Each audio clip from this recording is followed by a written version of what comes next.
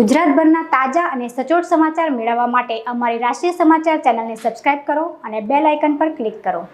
સૂત્રો પાસેથી મળતી માહિતી અનુસાર મુજબ વેડ રોડ વિરામનગર સોસાયટી સિદ્ધિવિનાયક એપાર્ટમેન્ટમાં રહેતા 39 વર્ષના દિલીપ ધનજી ઉકાણીએ 29 વર્ષની મહિલા જયશ્રી દિનેશ ભગત અને તેના પ્રેમી શુભમ સમાધાન મિશેલ સામે ફરિયાદ નોંધાવી હતી। ફરિયાદમાં તેણે જણાવ્યું હતું કે આરોપીઓ તેના કતારગામ ખાતે આવેલા કૃષ્ણકુંજ સોસાયટીમાં મકાનમાં ભાડે રહેતા હતા। આ દરમિયાન તેણે જયશ્રી સાથે પ્રેમ સંબંધ બંધાયો હતો। બંને જણા સાથે રહેવા લાગ્યા હતા। જયશ્રીના બંને દીકરાઓ પણ સાથે જ રહેતા હતા। જયશ્રીએ દિલીપને તેના પતિ દિનેશ સાથે છૂટાછેડા લઈ તેની સાથે લગ્ન કરવાની વાત કરી હતી। એટલે દિલીપ જયશ્રી અને તેના દીકરાઓને લઈને સિદ્ધિવિનાયક એપાર્ટમેન્ટના ફ્લેટમાં ભાડેથી રહેવા માટે આવી ગયો હતો।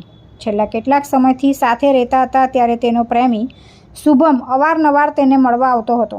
આ અંગે પૂછતા શુભમ સાથે બ્રેકઅપ થઈ ગયું હોવાની કહેતી અને ત્યારબાદ શુભમે પણ ઘરે આવવાનું બંધ કરી દીધું હતું।